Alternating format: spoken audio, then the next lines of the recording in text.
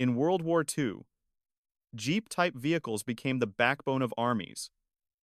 Fast, reliable, and able to go where bigger vehicles couldn't. In this video, we list every World War II Jeep-type vehicle, nation by nation. Starting off with United States, Willys MB, the iconic image of the American Jeep. It defines the general-purpose vehicle, rugged, reliable, and incredibly adaptable, a true symbol of Allied mobility and ingenuity during the war. Up next, Ford GPW, nearly identical to the Willys MB. Ford built these using Willys blueprints. They ramped up production fast, ensuring the Allied forces had the massive volume they desperately needed for global conflict. Up next, Ford GP. This was one of the early proto-Jeeps. GP stood for Government Project, or possibly General Purpose.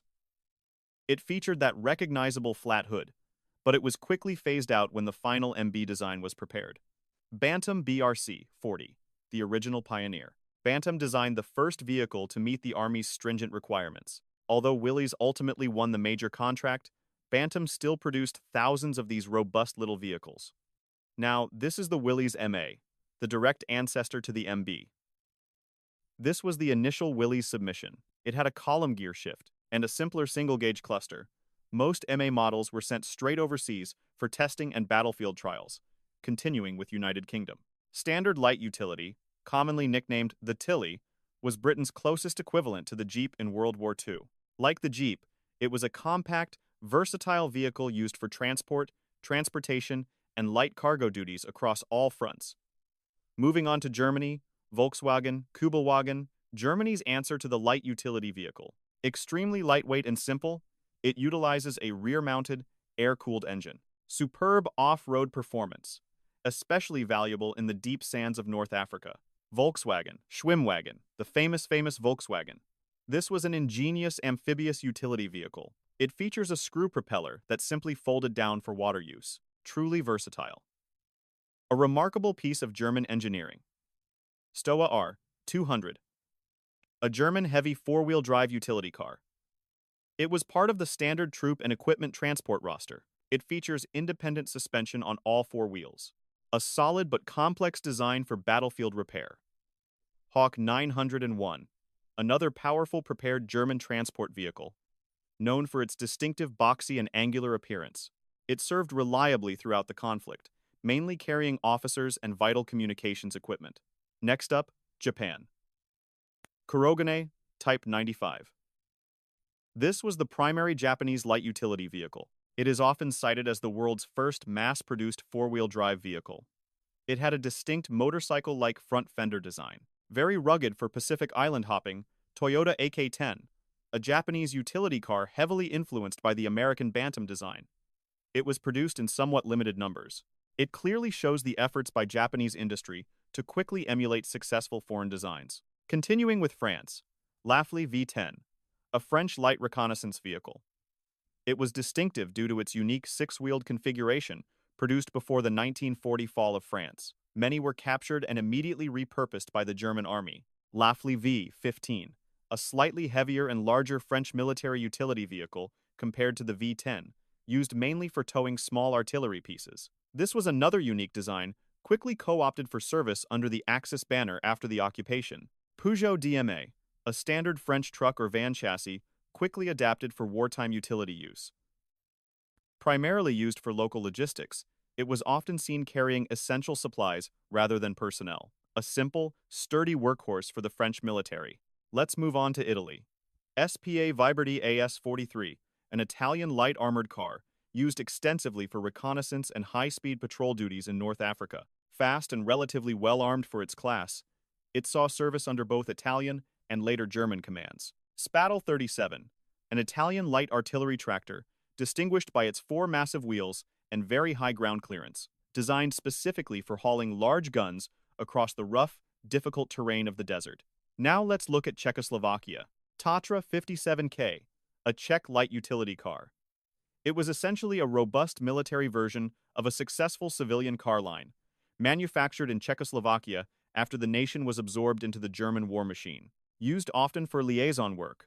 Praga AV, another reliable utility vehicle originating from Czechoslovakia.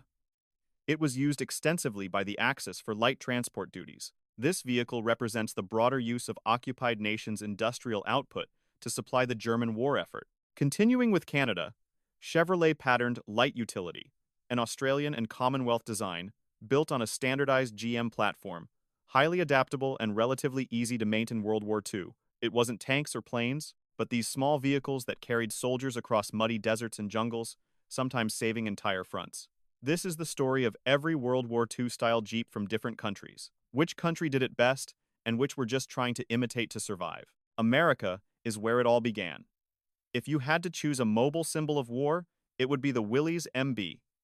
It wasn't flashy or complicated, but it could go almost anywhere a human could go. It carried soldiers, towed artillery, served as a command vehicle, an ambulance, and often the last vehicle to take a soldier off the battlefield. But the Willys couldn't carry the entire war alone, so Ford stepped in with the GPW, almost identical to the Willys. Not because of a lack of innovation, but because war doesn't need differentiation. It needs quantity. Hundreds of thousands were produced, and the name Jeep became a habit on everyone's lips. Before the design was standardized, there were still important testing phases. The Ford GP was an early test, quickly left behind. The BRC-40 was the one that laid the foundation for the initial standard, although it ultimately lacked the strength to secure the large contract. The Willys MA was its direct predecessor, with several distinctive features, and many units were deployed to the front lines as a test of the harsh real-world conditions. The UK didn't call it a Jeep. They had the standard light utility, often affectionately called the Tilly. It wasn't as flashy as the American vehicle, but it was compact, durable, and easy to use.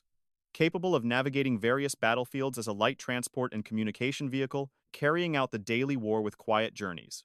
Germany didn't copy the Jeep. They took their own path. The Kübelwagen was light and simple, using a rear-mounted, air-cooled engine, and sometimes proved formidable in deep sand and heavy mud, causing other vehicles to get stuck. Then came the Schwimmwagen, one of the boldest ideas, capable of both running on land and swimming across rivers with its foldable propellers. A remarkable versatility, but not all German designs were easy to maintain. The Stower R200 was powerful and sophisticated, but complex for field repairs. The 901 was more practical, square, and durable, carrying commanders and communication equipment along broken roads. Japan offered something very different. The Kurogane Type 95, small, unusual, and extremely robust, with a design inspired by motorcycles, yet a useful vehicle in the jungle island conditions, where roads were almost non-existent. The Toyota AK-10 showed that when war comes too quickly, you learn from the successful designs of others to create what you need, even if in limited quantities. France had unique ideas like the Lafley V10 and V15, with multi-wheel configurations for off-road capability and artillery towing. But timing was not on their side. After 1940, many were captured and served under the German army. The Peugeot DMA was simpler, like a workhorse for logistics, unflashy but essential. Italy had the colors of the desert and speed. The SPA, AS-43, fast and agile, used for reconnaissance and patrol. The TL-37, tall with 4 large wheels and high ground clearance, was designed for towing. Artillery traversing rough terrain. These designs didn't need to be beautiful, just functional and functional. In Czechoslovakia, models like the Tatra 57K and Praga AV reflected a cold reality. Factories continued running even as the nation was swallowed up. Vehicles continued to roll, serving the transportation and communication needs of the controlling factions. Canada and the Commonwealth relied on standard GM platforms to create Chevrolet light utility vehicles that were easy to maintain and replace, appearing from the Pacific to the Middle East, not a poster icon, but something you encountered everywhere in wartime life. The Soviet Union started hastily with the GAZ-64, which was quick to produce but narrow and prone to rollovers. They quickly modified it with the wider, more stable GAZ-67, and finally the 67B, further refined for greater durability. It wasn't beautiful, but it survived the war and continued to serve for a long time afterward. World War II wasn't decided solely by large weapons, but also by small things that could travel further, carry more, and appear at the right time. Jeeps and similar vehicles were not. They must be the strongest, but perhaps the most important, because they carry people, orders, and opportunities every mile of the battle. Thank you. Don't forget to like, share, and subscribe to the channel so you don't miss the latest videos.